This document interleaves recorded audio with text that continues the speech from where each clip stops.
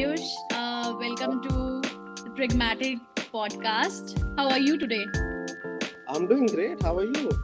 I'm doing really good. This is our first ever podcast. So, how do you feel being the first guest on our podcast? And that I'll get to know after an hour on how this goes. But I'm really happy I've been associated with Pragmatic for quite some time. And looking forward to it. The conversations are always fun. Yeah. So, could you also tell our audience how you are associated with Pragmatic? Just a quick brief about it. Yeah. So I think almost a couple of years back, I did a course with Pragmatic on product management that helped transition my career. And after that, I've taken a couple of sessions on product management. The videos are there on YouTube. So yeah. Oh, that's good. So let's start. I'll directly ask you about Pitchin, which is like you started it off with Pitchin, right?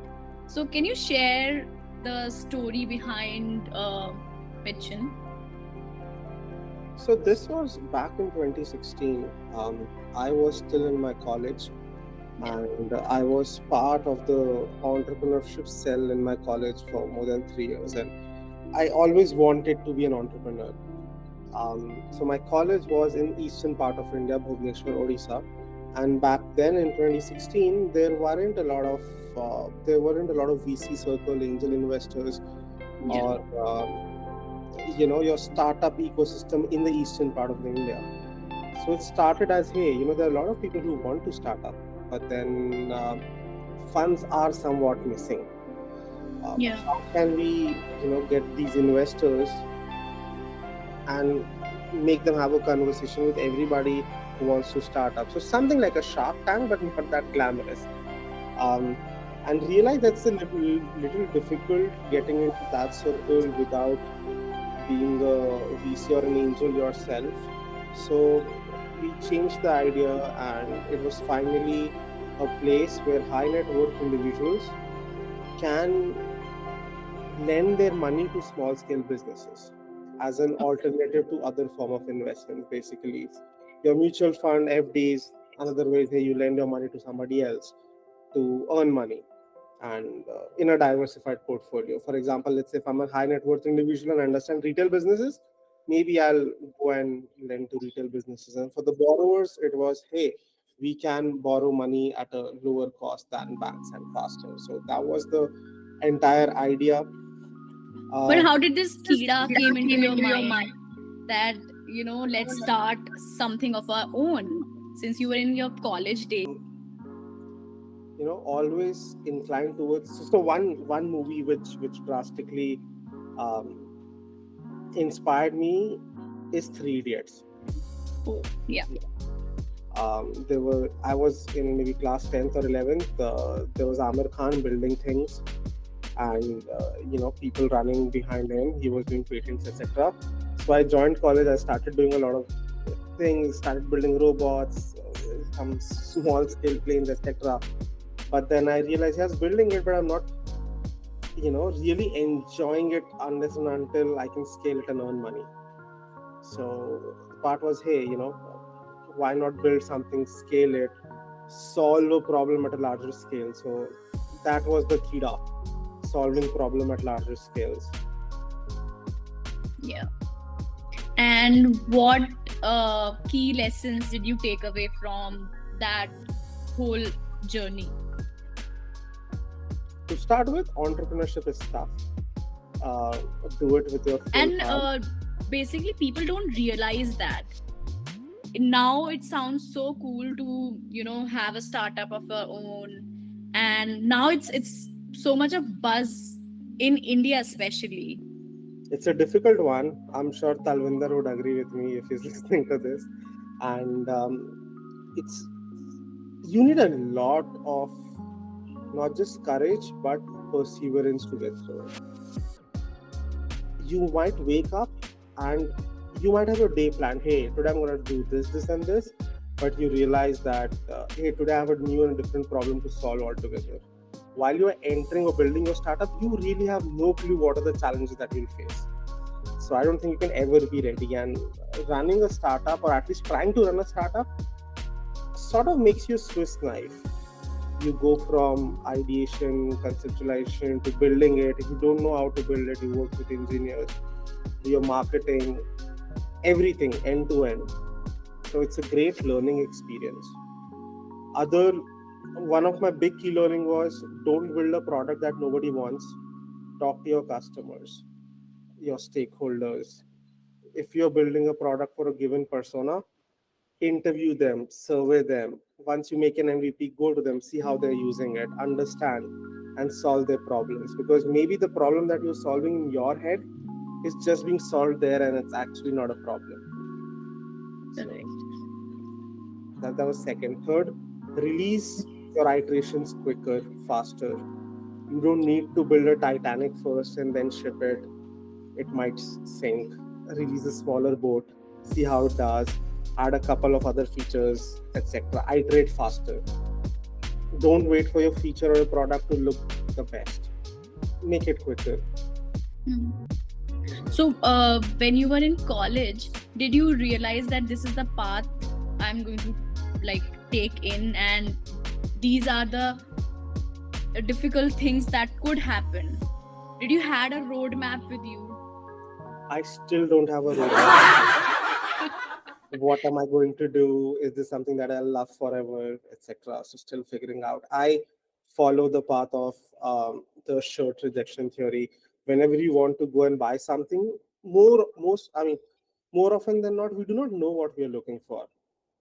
We see, hey, there are 10 shirts out there. Definitely, I don't want these seven, but these three, let me try it out and see how it goes. So that's what I follow, and I think that's how I got into product management. I thought you'll give some Bollywood dialogue that I'll follow my dil ki suno, something like that. I wish it was that easy. Yeah, correct. I would also like to talk about your transition from like being an entrepreneur and then switching off to a 9 to 5 job. Was it tough for you? Like, how did you take that? Because in a 9 to 5, you don't really have control and that kind of freedom that you actually have in your when you are starting something off. Well, it's a myth that entrepreneurs have control to start with. Um, so the difference between being an employee and an entrepreneur is, um,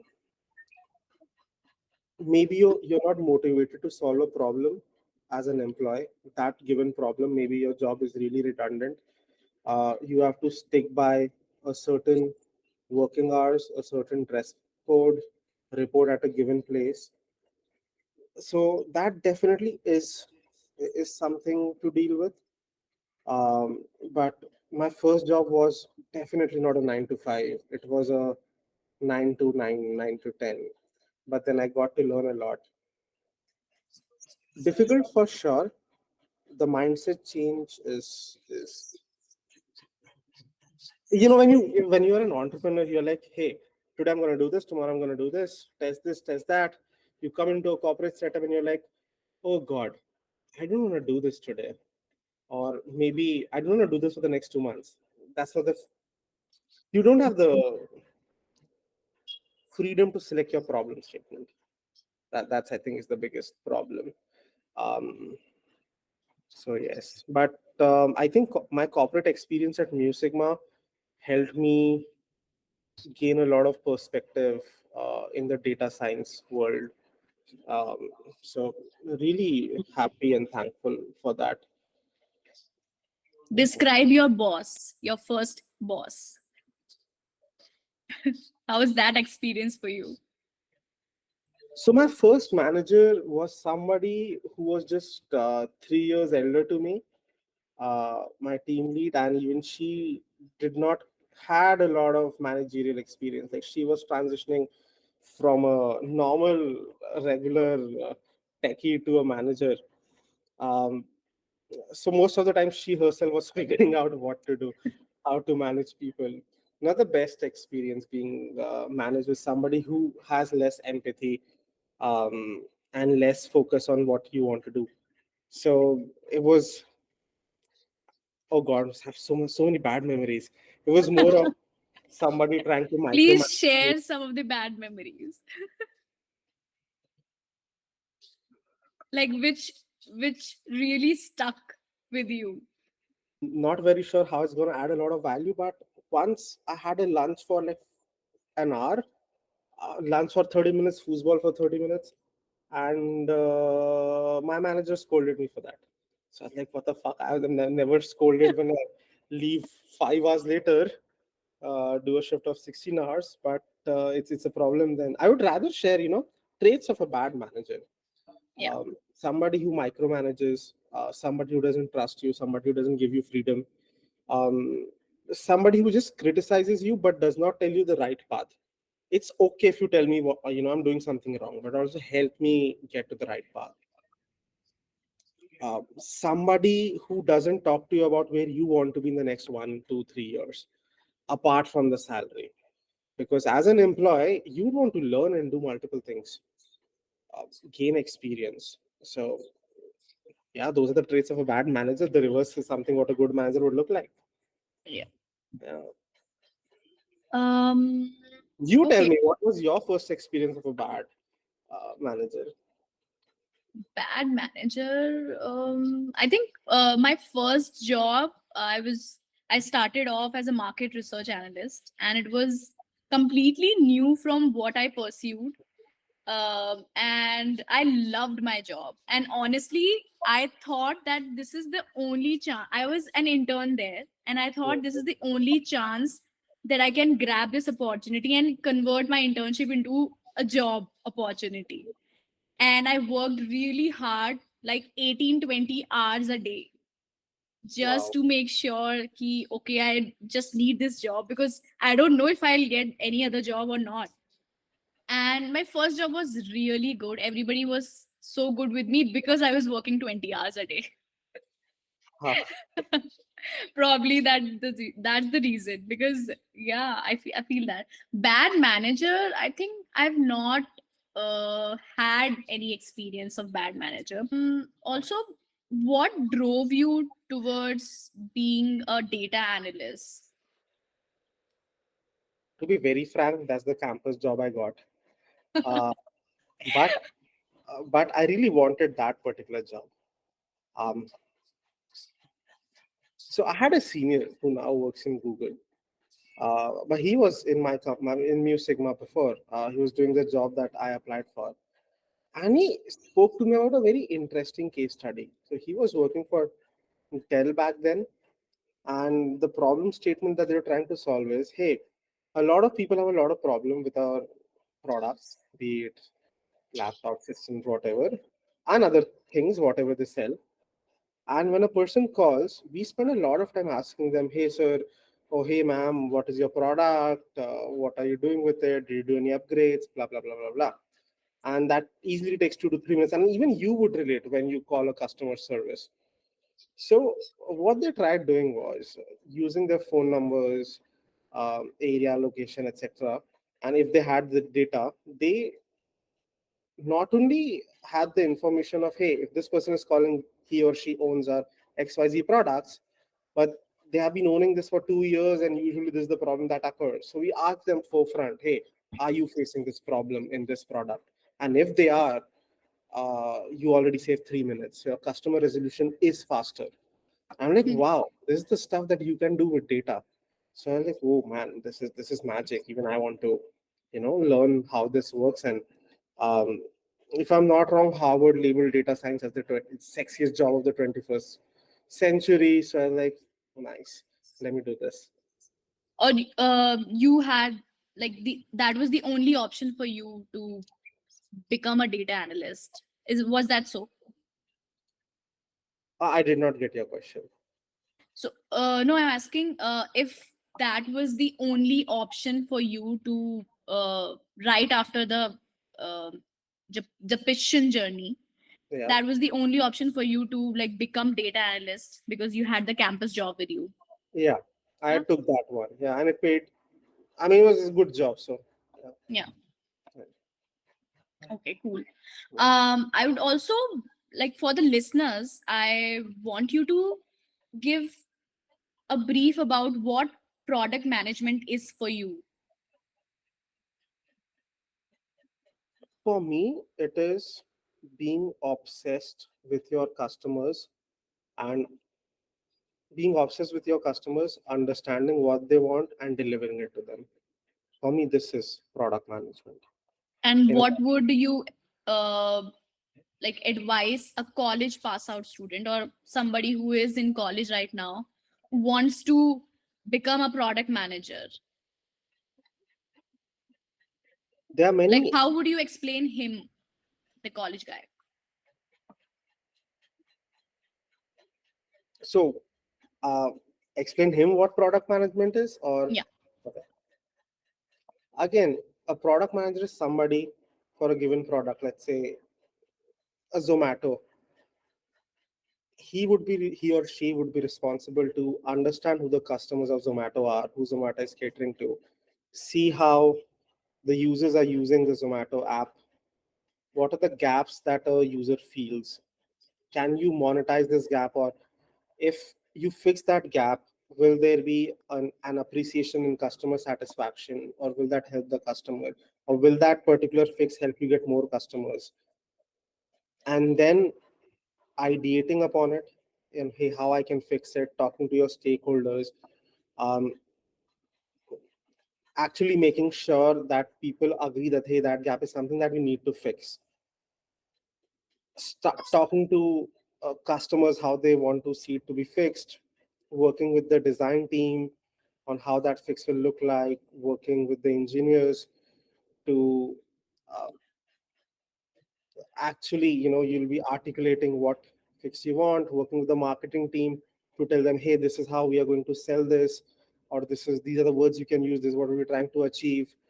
Writing the release notes that you see on the Play Store or the App Store on the app, and then once it's live, measuring how is it performing, is it breaking, how people are using it, and then going through the cycle again. So I think I did not get very technical, but that's the flow. That's what you do as a product manager. And Hmm. every aspect has its own know-how, has its own best practices. So yeah, this is what a product manager does. And to be a product manager, you require multidisciplinary approach as well as knowledge. You're talking to customers, you need to be a good communicator. You're talking to designer, you need to understand how UX works. When you're talking to engineer, you need to get into the details. While you're talking to a marketer, you need to speak their language and think about um, product placement, etc. While you're talking to your leaders, your CXOs, you need to be persuasive. Uh, be extremely detail oriented, because as a product manager, you end up writing a lot. Be good at research, and you being a market researcher yourself previously, you have to go through so many websites, documents, etc. So it requires you to be good at a lot of things. And doesn't matter if you come from management, BSc, engineering, arts background, you can be a product manager. There is space for a lot of skill sets here, and the rest you can learn. So, And how did you transition into product management? a very interesting story. So, when I was in my second organization, Soroko, they were a service based organization. Um, but they're trying to become a product based organization. In a nutshell, they used to collect data, and then the customers used to ask something, and then they used to tell them, hey, this is what your data is saying. But they always used to collect the same kind of data. So I was somebody who always used to pester my manager that, hey, with this data, we can tell them this, that, this, that, this, that. I mean, I know they're not asking, but we can really tell them easily. And if you do it for one client and make it a product, then you can tell it to everyone in seconds. So I started working on those new use cases myself. Um, and my company liked it, my clients liked it, and then they were like, hey, let's make a product out of it. But because it was a service based company, there were no product managers out there. I did not even know that there's something known as product management. But I Yeah. said, okay, we are making making something. There were fancy dashboards. We're using Click. I'm like, hey, cool. Let me work with the analysts. Let me work with the designers to make something. So I was, according to me, just helping a product go from ideation to launch. But whatever I was doing was actually product management. And then I got to know it later. So I would say I'm an accidental PM. And then I realized, hey, this is so much fun. I get to think of an idea, I get to validate it, then I get to take it from paper to an actual product. I love this. And then, my CEO back then, Mr. Rohan Narayan Murthy, Mr. Narayan Murthy's son, he told me, hey, this is what product management is. Go learn more. So I was like, cool, let me learn more. And I was working as a product manager there, and then I joined Pragmatic, got a lot of formal education, um, and as well as practical. So I think being a product manager, you need to go through a lot of different scenarios, a lot of case studies, to see, hey, what somebody did there in this scenario, that scenario, and do it yourself. I think that is also one of the reasons a lot of companies hire a lot of product managers from B schools, because in B schools people go through case studies, and that is required. So yes, that's how I became a product manager. Was it cooler back then? And like now it is way too cool to be a product manager, and they say that there's a lot of money in if you are a product manager, you're earning good cash. You are, I mean, for sure, you are earning good cash. Um, from the outside, being a PM was always cool. I mean, it is still cool, but it's a difficult job. Um, it requires, as I mentioned, it requires multidisciplinary approach, and that means it requires a lot of context switches. Just imagine in a single day, you're watching five things. You start your day with one Friends episode, then you go and watch Game of Thrones, then you go and watch maybe a Citadel, then you're like, hey, let me watch Oh My God 2, and you end your day with an Avengers movie. That is what product management is. In a day, you wear so many hats. Um, so it gets a little difficult at times, but the learning is great. I think being a good product manager also helps you to being good at running a business, because eventually in the end that's what you're doing to an extent. Did I answer your question, or was I blabbering? No, no, Yeah. that answered my question. Like, Cool from the outside, but it's a difficult job. and good cash. Yeah, yeah, good cash, but tax is a bitch, so okay. All right. I would also now like to move to the metaverse. uh Hmm. in your introduction, I mentioned that we are bringing somebody from the metaverse. What do you have to say about that? Just talking about metaverse, Yeah. I think it's the thing of the future, where we are slowly sliding into. It'll take time. um, Apple launched its VR, AR, mixed AR headset, which is really expensive. Um, See, it's the way we consume content and interact. If you remember, I'm not sure if you do, but back in the days when I first got internet connection at my home, if somebody was speaking on the landline, I couldn't use my internet because it was through the phone connection. Are you too young to even know that? No, I remember having the telephones at home, but I think I was too young. Yeah, Yeah, I mean maybe. So maybe. yeah, that was the case. My first website was a Wikipedia, and I think I was like, wow, it has everything, and I spent so much time on Wikipedia. And look now, I mean, today, if you want to know something, I don't even go to Google anymore. I Yeah. go to ChatGPT. Yeah. So the way we have been interacting with each other's systems, products have changed.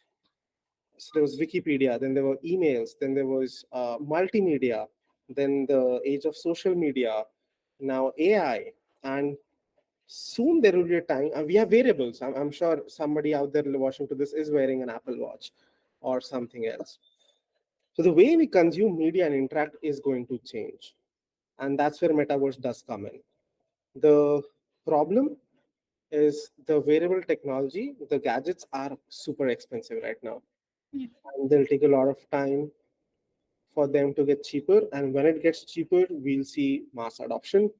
That's when we'll see a lot of companies building it. Um, Meta, formerly known as Facebook, has already spent $10 billion on it. Um, so it's a big bet. They change their name. Google is doing something. Microsoft is doing something. It is happening in the back end. Like the way AI suddenly, we have Chat GPT and your DALI and your Mid Journeys of the world. Metaverse is going to happen someday. And And let's what are the negatives that you feel of having AI or these things being introduced to the younger generation?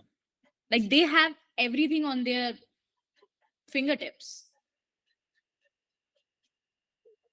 with respect to metaverse, I think um, so. When COVID happened, we moved from offices to being at home, and that did create a lot of mental problems for a lot of people. That did affect us, not being social. And when you talk about metaverse, people will be designing their avatars, they'll be watching the world using a VR headset.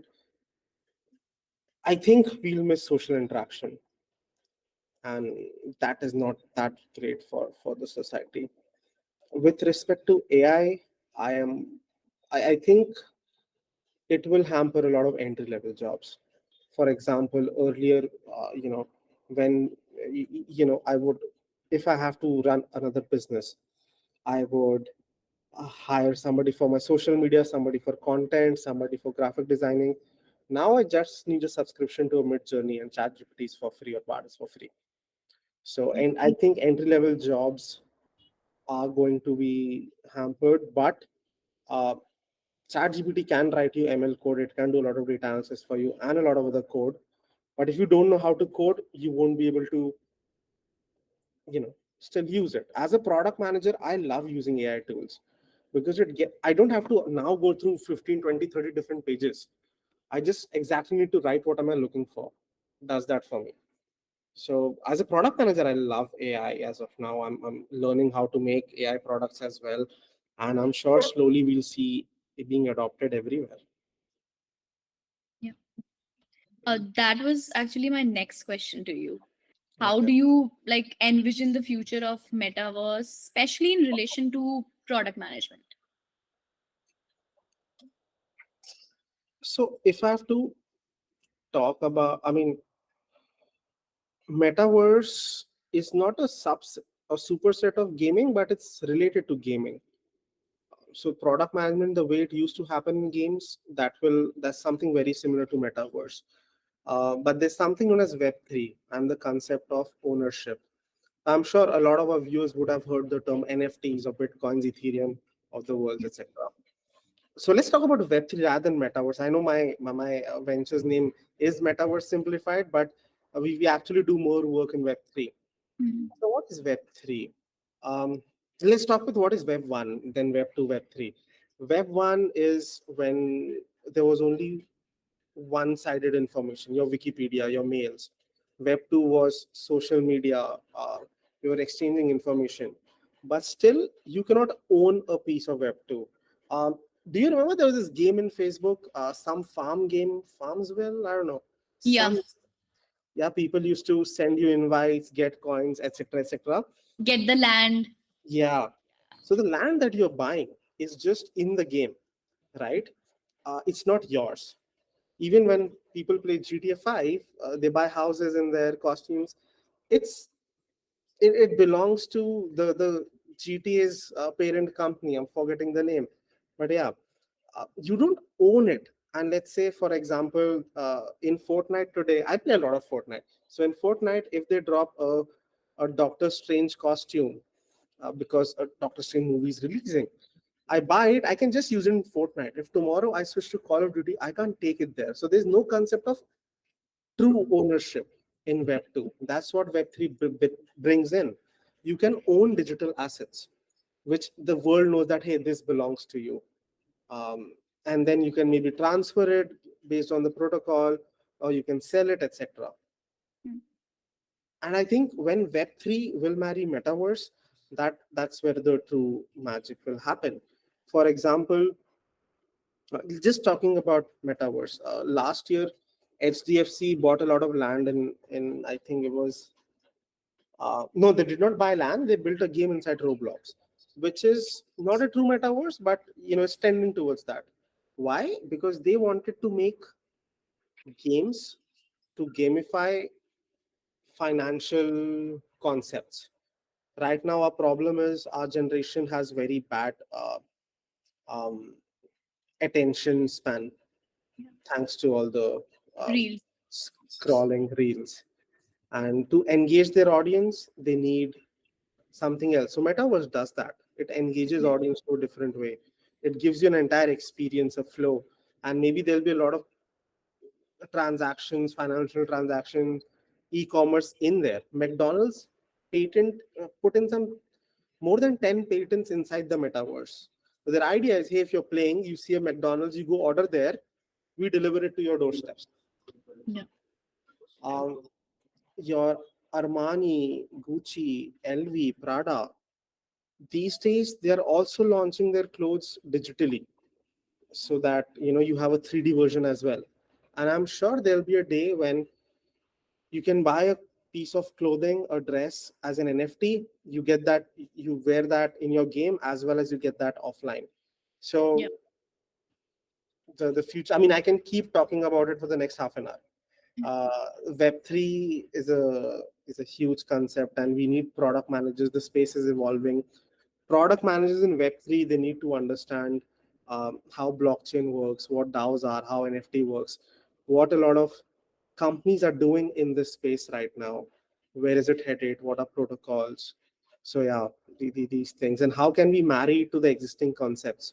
Because there's not going to be, I don't think there's going to be new business in retail or new business in fashion.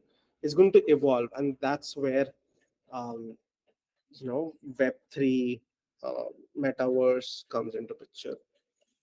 It is a game changer. Yeah. Let's see, we still need to figure out how it can be used to change games. Government of India is still dabbling with rules, so future is unknown. But you can't ignore the tech. It's like you can't ignore internet. The same thing. uh, Mhm. People will have to get to it, or there'll be other nations which will do way better. For example, Dubai is, Yeah. most of the startups on Web3 and metaverse are moving there. Mhm. Okay. Having experienced different roles in different industries, what is the next big thing on your career? Like, what is the next big thing that you are working on, planning to work on? What is it? Wow, I wish I knew the answer to this. uh, as of now, I think one big thing is I'm looking to move to a Web3 product management role. I'll rather have my money where my mouth is. So that's something on the cards. I'm planning to make that transition soon. Rest, I'm planning to build. I already have a side hustle. I run a cafe here in Raipur. Oh, Um, wow. Congratulations on that. Thank you. Uh, that's all the money from product management. That's where I put it.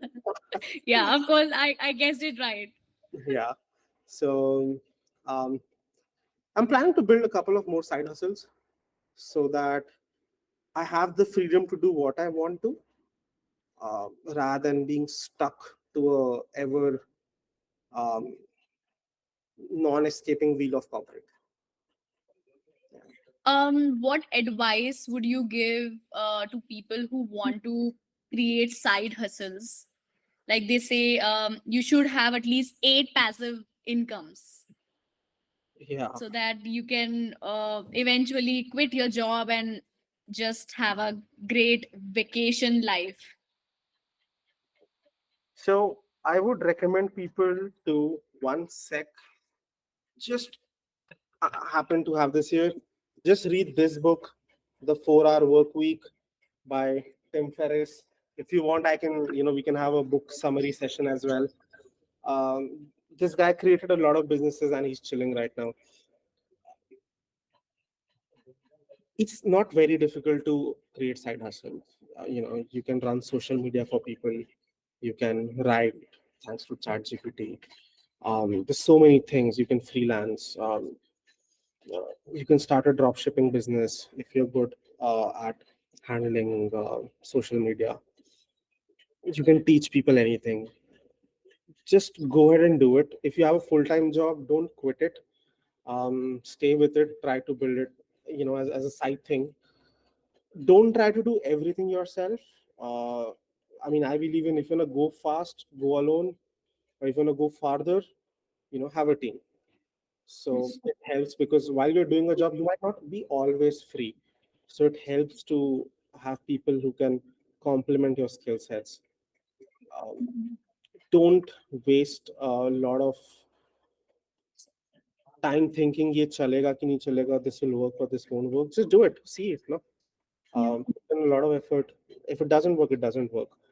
But in the end, you'll end up learning a lot of things. My startup, it failed, but I learned a lot. It's extremely important. And talk to and find a mentor. Do anything, find a mentor, somebody who has done it before. That's how you grow. Read a lot of books. That helps.